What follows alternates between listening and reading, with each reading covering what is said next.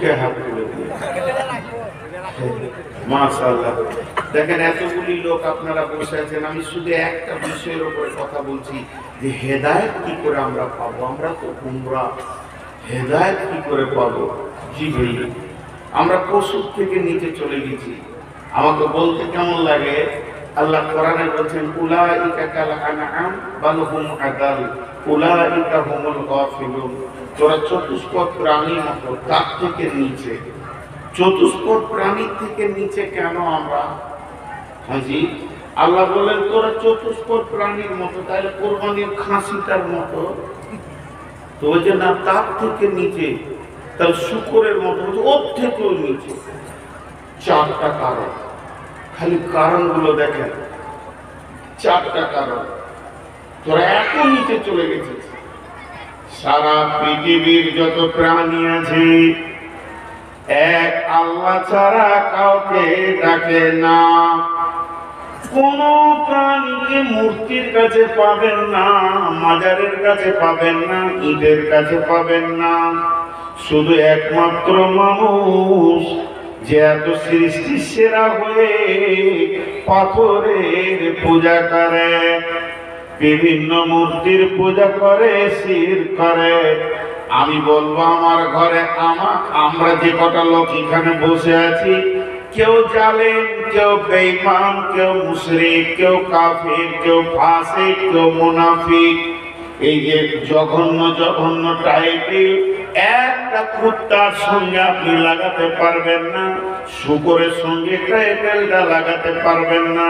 কুকুর হলো মুনাফিক, জি না, জীবনে মুনাফিক নয়। শুকর মুশরিক, জি না, শুকর আল্লাহকে ডাকে। সারা পৃথিবীর যত প্রাণী আছে এক আল্লাহকে ডেকে তারা শান্তি পায়। হতভাগা মানুষ এরা পাথরের, ইটের, মাজারের, গাছের পূজা করে। নাম্বার 2, সারা পৃথিবীর যত প্রাণী আছে আল্লাহর আইনের আওতাভুক্ত চলে। তাদের আইন আল্লাহ যাকে যেমন করে চলতে বলেছে, যেদিন থেকে তাদেরকে বানিয়েছে, শ্রীগালকে বলেছে দিনে বের হবি না, কুত্তাকে বলেছে ডিউটি করে চল, বিনা বেতনি ডিউটি চালাচ্ছে। শ্রীগাল রাতে বের হয়, বাই চান্স দিনে একটা দুটো চলে আসে, সেটা রেয়ার, তাহলে তারা আল্লাহর আইনের আওতাভুক্ত। মানুষকে বলেছে তোদেরকে হেদায়েতের রাস্তা দিলাম, এর ওপরে জিন্দেগি চালাম। এরাই তৃণমূল করে, এরাই কংগ্রেস করে, এরাই সিপিএম করে। মানুষ মানুষের আইনকে বেছে নিয়েছে। নাম্বার 3, সারা পৃথিবীর যত প্রাণী আছে তাদের যা যা খাবে আল্লাহ লিস্ট করে দিয়েছে। কুত্তা কি খাবে? হাড্ডি খাবে, মাংস খাবে, ভাত খাবে, রুটি খাবে।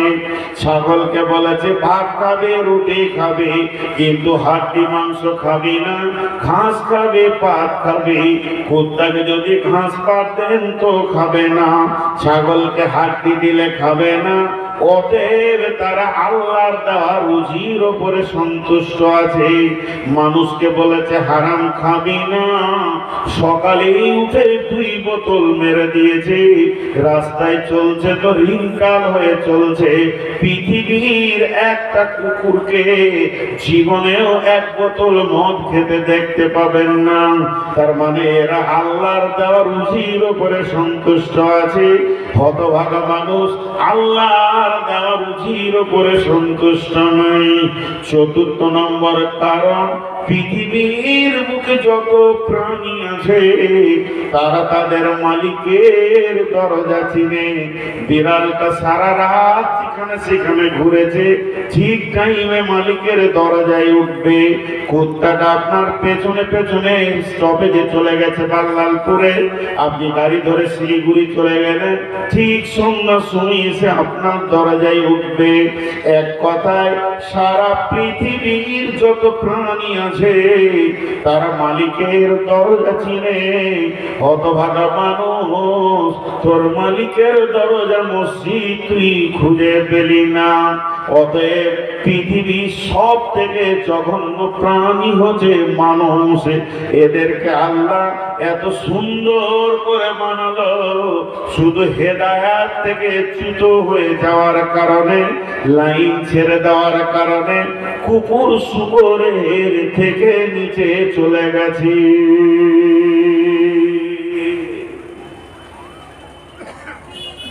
অতএব হেদায়াত হচ্ছে সব থেকে বড় নিয়ামত। এর থেকে বড় নিয়ামত আর কিছু নাই পৃথিবীতে। জি, এর থেকে বড় নিয়ামত আর কিছু নেই। যে হেদায়েত পেলে সে সব পেল। এবার হেদায়েত দিবে কে? কোরআন? জি না, কোরআন হেদায়েত দেবে না। তবে কোরআনের কাছে হেদায়েতের সমস্ত ওষুধগুলি আছে। কোরআন নিজেই বলছে, বিসমিল্লাহির রহমানির রহিম, শাহরু রমাযানাল্লাযী উনজিলা ফীহিল কুরআনু হুদাল লিন্নাস। আমি রমজান মাসে এসেছি, মানুষকে হেদায়েত দেওয়ার জন্য এসেছি। আমি মানুষকে পথ বলে দিব, পৌঁছানোর মালিক আমি নই। আমাকে জিজ্ঞেস করেন শিলিগুড়ি কোন দিকে, আমি বাল্লালপুরে মরে গিয়ে এরকম করে দিলাম, কিন্তু শিলিগুড়ি পৌঁছানোর দায়িত্ব আমি নিলাম না। তেমনি কোরআন হেদায়েতের সমস্ত রাস্তাগুলি বলে দেবে, কিন্তু হেদায়েতের মঞ্জিলে পৌঁছাবে না। তাহলে কি হেদায়েত বিশ্ব নবীর হাতে ছিল? জি না। হেদায়েত যদি বিশ্ব নবীর হাতে ছিল, বিশ্ব নবীকে সব থেকে যিনি ভালোবেসেছিলেন, মায়ের মমতা দিয়েছিলেন, আব্বার স্নেহ দিয়েছিলেন, বিশ্ব নবী মায়ের পেটে, আব্বা পৃথিবী থেকে বিদায় নিয়েছেন। বিশ্ব নবী 6 বছরের শিশু, মা পৃথিবী থেকে বিদায় নিয়েছেন। আব্বা নাই, মা নাই, এইরকম একটি শিশুকে যিনি 2 হাতে আঁকড়ে নিয়ে মহব্বত ভালোবাসা দিয়ে যিনি লালন পালন করেছিলেন, তিনি হচ্ছেন আবু তালেব। আবু তালেব রসুলের চাচা। রসুলকে কত ভালোবাসতেন। নিজের ছেলে হযরতে আলী কোলে বসে আছেন, আল্লাহর নবী হেঁটে আসছেন চাচার কাছে, নিজের রক্তের সন্তানকে মাটিতে নামিয়ে দিয়ে নবী মুহাম্মদকে কোলে বসিয়েছেন। এরই নাম আবু তালেব। শুধু তাই নয়, যেদিন বিশ্ব নবীকে তায়েফের মাটিতে মারা হয়, রক্তে রঞ্জিত করে দেওয়া হয়, ওই দিন আবু তালেব বলেছিলেন, ও বেটা মুহাম্মদ, তোমাকে কে মেরেছে আমাকে খালি বলো, তার নামটা তুমি বলে দাও, আর তোমার কোনো ডিউটি নাই। আমি তার বংশ বুনিয়াদকে আরবের মাটিতে রাখবো না। এরই নাম ছিল আবু তালিব।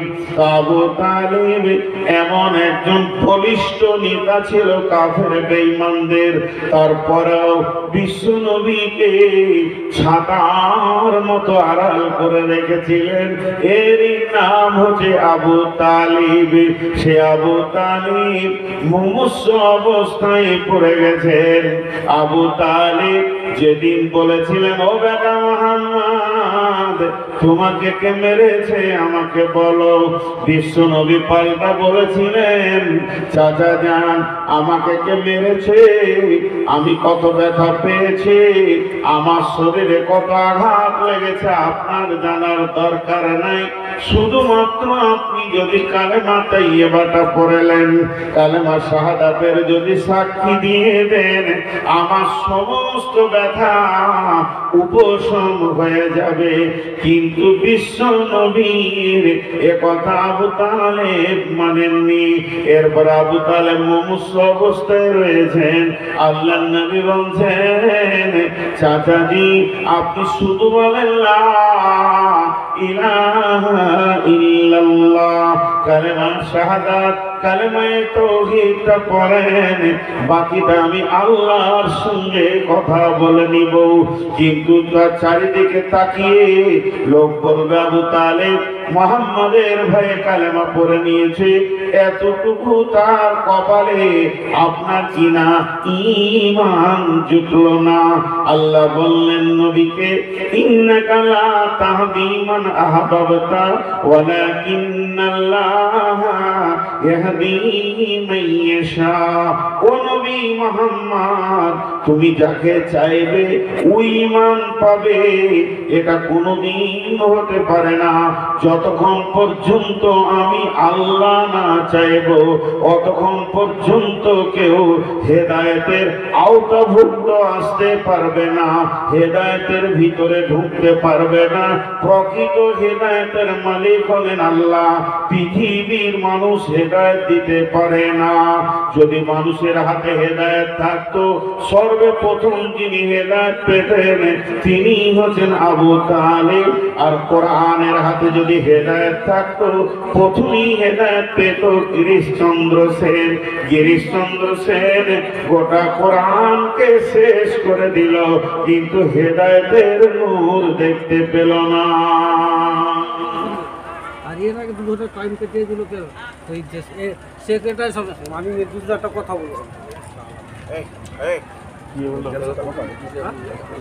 না না বলে দিই না,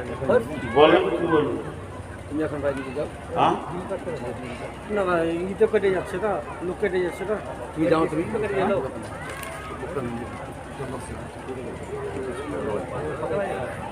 কি হলো বলো? না আমি আমার টেনশন হলে আমি আর কথা বলবো। যাও ভাই যাও, মাওলানা আমি বলতে চাইছি, এই জালসা দাঁড়াও না, এই জালসা যারা করাচ্ছে আমরা করাচ্ছি, দাঁড়াও ভাই দাঁড়াও না, খারাপ কথা বলতে দেন না। সভাপতি সারিফুদ্দিন, সম্পাদক জারদিস, সহসভাপতি রাইতুল, সম্পাদক নাজিমুল হক, আর কমিটির পরিচালক। আমি 5 বছর থেকে বলে যাচ্ছি জালসা করব, আমরা জালসা চালাবো, কিন্তু একটা আমরা যদি না জানি, আমাদের হেড মাওলানা আছে, তাকে নিয়ে একটা সিলেবাস তৈরি করব, কাকে কি বক্তা দিব সে অনুযায়ী বক্তা দিবেন। হ্যাঁ, অযথা টাইমকে নষ্ট করব না। 12টা 1টার ভিতরে আমরা জালসা শেষ করব। আপনার জালসা আমার শুনতে পছন্দ, আমি বাড়ি যাব না। জালসা আপনাকে যতটা টাইম দেওয়া আছে আরও আপনাকে 20 মিনিট চালাতে হবে। আমি পারবো না, আমি অসুস্থ, আমি সুগার চাষ। কিন্তু সিলেবাস আজে বাজে জালসা বক্তা দেব। আচ্ছা, আমি কি আজে বাজে কিছু বলছি? আচ্ছা, আর একটা কথা আপনাদেরকে মাঝে বলে নি, ওনার মনের নিয়তটা ভালো, আপনারা খারাপ মনে করিয়েন না। আপনারা বুঝতে পারেন, উনি শর্টে বুঝাতে পারছেন না। উনি বলতে চাই যে যতগুলো বক্তা আসবে সাবজেক্টের উপরে কথা বলবো, ফালতু সময় যাবে কেন, 12টাতে শেষ হোক, 5 মিনিট বলুক, কিন্তু একটা ভালো বিষয় বলুক, এটা ওনার বক্তব্য।